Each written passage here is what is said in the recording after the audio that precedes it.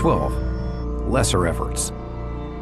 The organizations created by Pinkerton, Seward, Baker, Dodge, Carrington, Meyer, and Steger were the major sophisticated intelligence structures of the Civil War experience within the Union forces.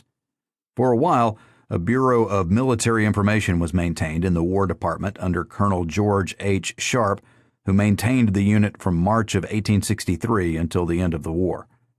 He held some investigative powers by virtue of his position as Deputy Provost Marshal General and coordinated intelligence for General Grant during the final year of the war with a high degree of effect. Quote, "We run across a few other spy chiefs who had some contemporary fame in their own right, and with whom records and memoirs often bring us face to face.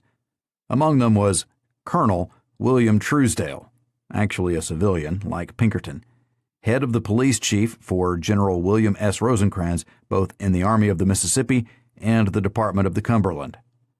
Truesdale's host of duties included the employment of scouts and spies within and about the enemy's lines to furnish intelligence for the commanding general. The men were carefully selected, and most of them were well acquainted with the surrounding country and its inhabitants. What in the Revolutionary days would have been styled a channel of intelligence was said to have been maintained to the extreme limits of the Southern Confederacy. Then there was Major Henry B. Smith, General Lew Wallace's chief of detectives in the Middle Department, 1864 through 1865, whom Wallace called a man of ability and zeal. In that department, whose headquarters were at Baltimore, treason flourished and plots grew, and counter-espionage needed to be, as it was under Major Smith's direction, adroit and unremitting. It was Smith who, at Baltimore, in March 1865, administered the oath of allegiance to Lewis Payne, Lewis Thornton Powell, later hanged as a party to the conspiracy to murder Lincoln. He inserted in the parole a clause requiring Payne to go north of Philadelphia and remain during the war. But Payne was one who honored paroles rather in the breach than in the observance. In 1911, Smith published Between the Lines, a decidedly unusual volume presenting material from his wartime files and throwing new light on conditions in Maryland and Northern Virginia." End quote. Another important intelligence element which should be noted, but which attained no degree of organizational sophistication, is the Scout Corps. Common to virtually every Union combat command, the Scouts were often an ad hoc body of changing faces. The most celebrated leader of these forces was Major Harry Young, General Sheridan's chief of scouts. Quote, "Scouting in the Civil War was something more than touring the no-man's land between opposing camps. Young had authority to raise a command of 100 men, but the roll never exceeded 60 and was usually nearer 40. The men were in Confederate uniforms more often than in their own, carrying a Spencer carbine and 2 revolvers. They were the aristocrats of the Army, much as the men of the Air Service were in the First World War. Each was allowed 4 picked mounts. They lived in the best quarters to be had. They were exempt from camp routine. They were paid in gold according to the value of intelligence obtained or services rendered.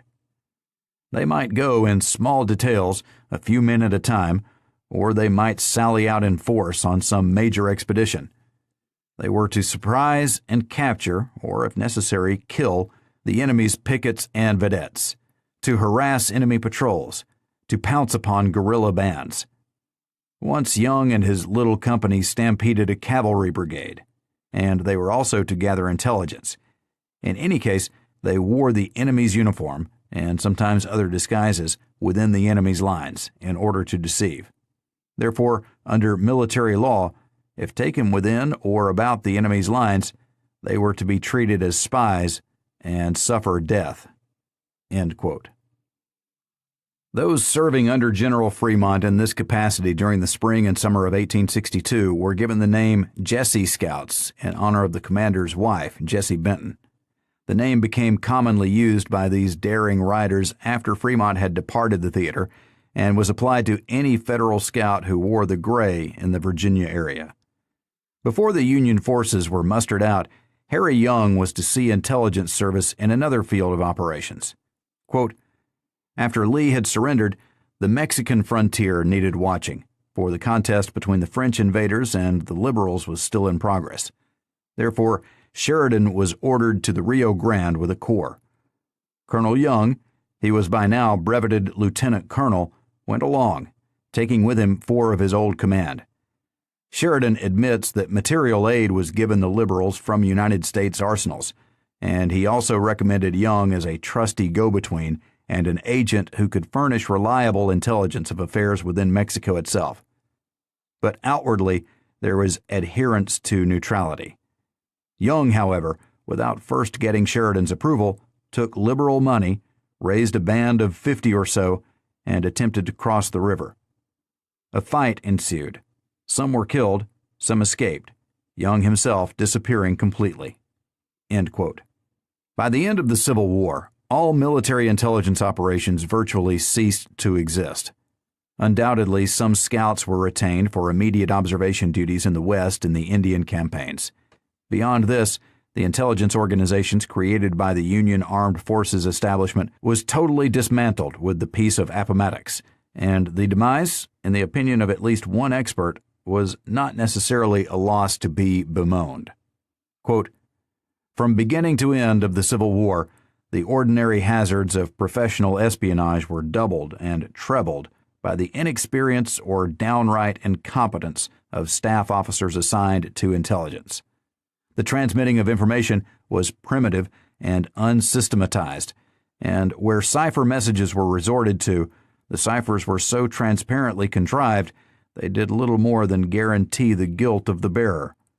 In addition, while men and women fashioned for themselves a hairbreadth existence to penetrate the secrets of the enemy, what they learned and communicated was too seldom interpreted effectively. Often spy reports were ignored until all their military value and timeliness had subsided into history."